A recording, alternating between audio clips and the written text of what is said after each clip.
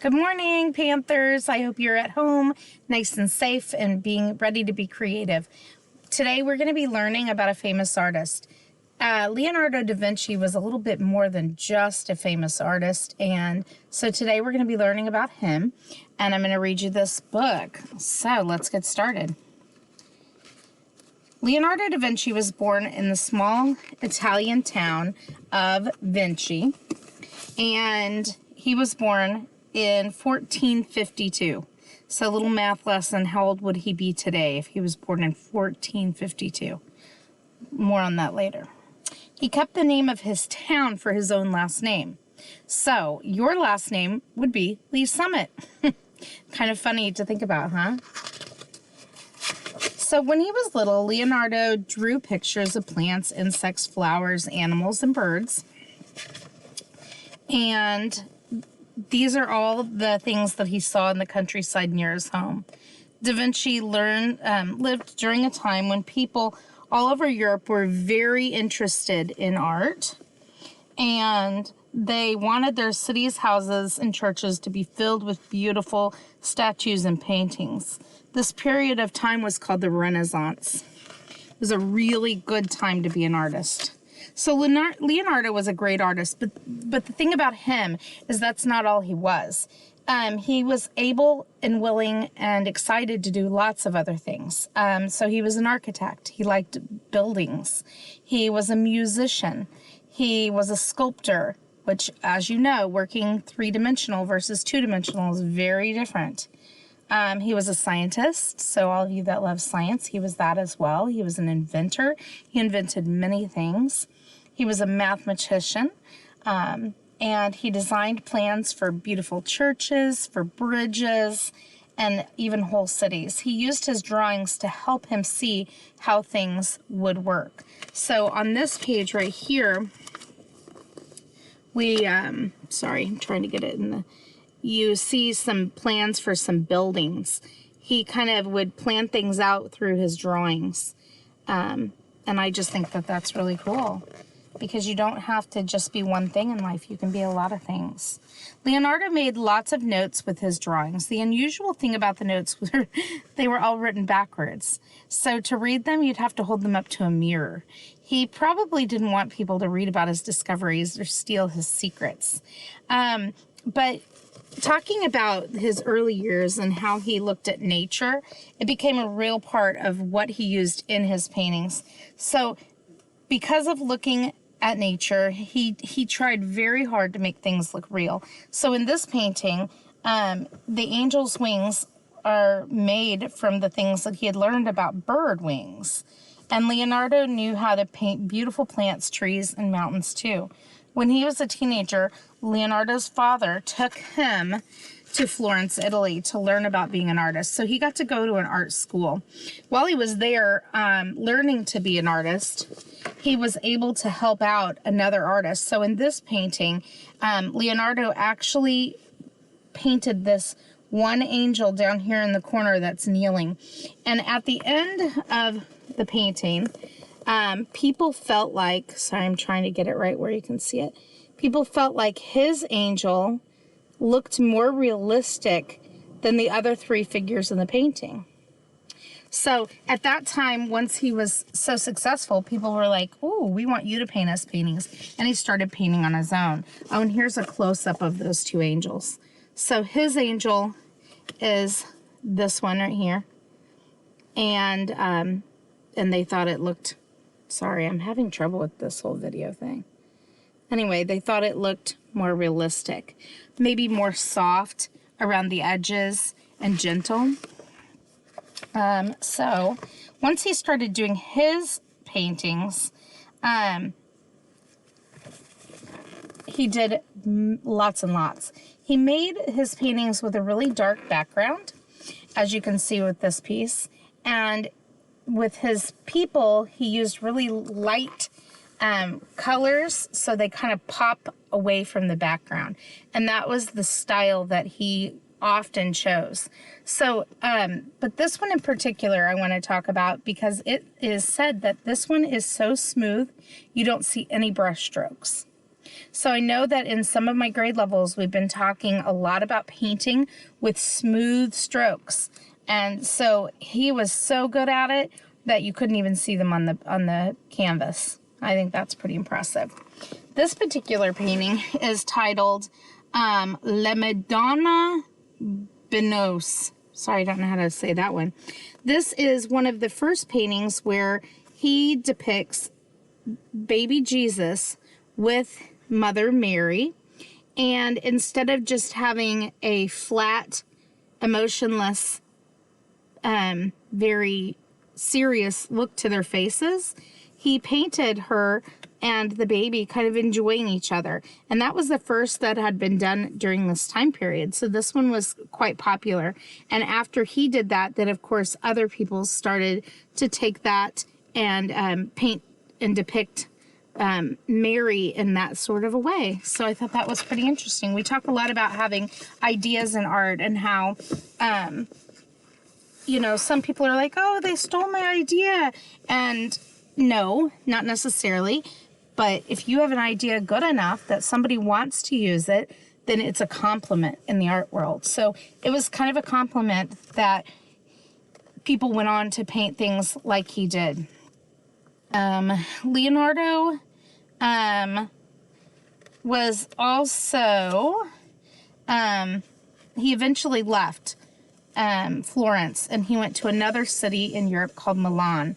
And while in Milan, one of the first things he did was paint this picture, and it's called The Virgin of the Rocks. And in this picture, he did not, he did not outline the people. So in a lot of these other paintings at this time, they kind of had a dark outline, almost like a coloring book or such. So without outlining him, it made part of the people blend into the background. And that was kind of a new thing for this time.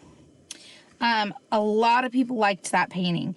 And later on, somebody else, you guys talk about, oh, they copied my idea.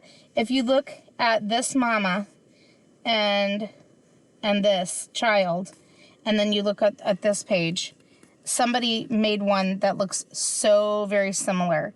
And that's because it was such a good idea from Leonardo. So they called theirs Madonna and Child. But that's how he's also, you know, giving other people inspiration to change the way they were looking at things. During part of his time in Milan, he was actually hired by a duke to produce images for battle. So because he was an inventor and he was super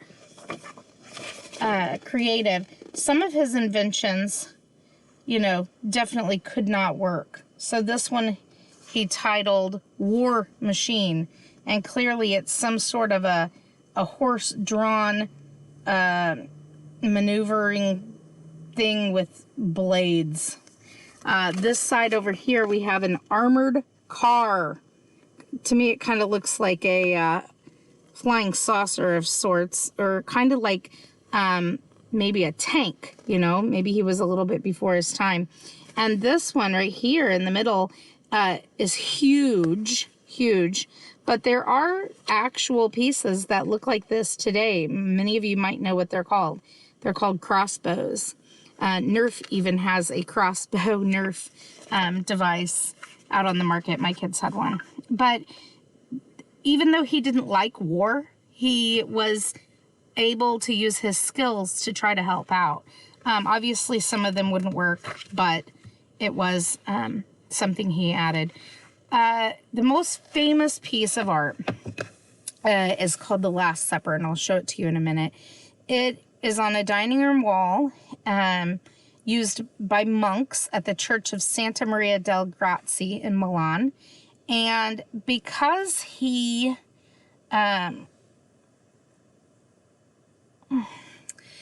was such an inventor, something he did often was he played around with his paints. He would add more oil to them or less oil, and he used paints sometimes that weren't super high quality. We talk a lot about that in the art room, how certain projects we have to use acrylic paint because that's what is best suited for the project, whereas sometimes we can use watercolor because watercolors often has that see-through kind of quality to it. Well, he messed around with his paints as well, which is great, except then when you have something that's so beautiful, it starts to deteriorate or break. So sadly, this is his picture of the Last Supper, and it depicts Jesus with his disciples. I am seriously struggling. Did I get it? Yes. And sadly now, and this was painted during his lifetime in the 1400s. So you have to understand how very old it is. But now it is crumbling. It is literally falling off the wall in pieces.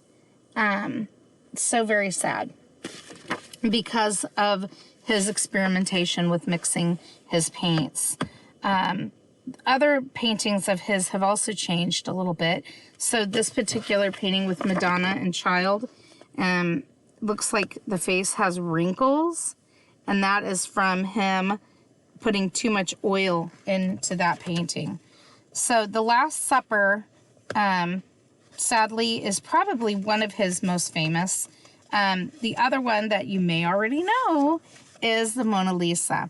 So Mona Lisa, people have talked about her forever because she's very intriguing. Her little smirk, people have a lot of talk about whether she's actually smiling or she's not. They also talk about her eyes and how they seem to follow you no matter where you are in the room. If you want to take a look at her, though, you're going to have to go to Europe. Most of Da Vinci's paintings are not in the United States. There's probably only one or two that are actually in the United States. Most of the rest are in Europe. So Mona Lisa is definitely a sight to be seen. And here's a close-up of her. Whoops. So, I don't know. Is she smiling? Does she have a secret? Is she trying to cough and not cough? I don't know. But she's very interesting. I would have loved to have known her. So, basically, the things I want you to know about Da Vinci is that he was not just a painter. He did so many other things. And as a human, you should do so many other things also. He used the dark colors of his backgrounds with the light colors of his skin to move forward. And so today, your challenge is to try to think of an invention that does not exist. So he had all these different drawings. These were his building plans. Maybe you could design a building that does not exist right now. It could be whatever you want it to be. It might be a building that is a special museum just for kids to discover how best to jump on trampolines. I don't know. It could be whatever you want. It could be some sort of a machine that helps people for whatever. And not necessarily weapons, but a machine that can help somebody. So if you do a drawing today inspired by Da Vinci, upload it for your classmates to see. And I'm just trying this whole Schoology thing. I'm not usually working in Schoology, so hopefully this all works out. But I would love to see your designs. So I'm going to try to set this up where I can have the discussion board also available so that you can upload pictures for me. All right, I hope you're having a great day. I miss you bunches. See you again tomorrow.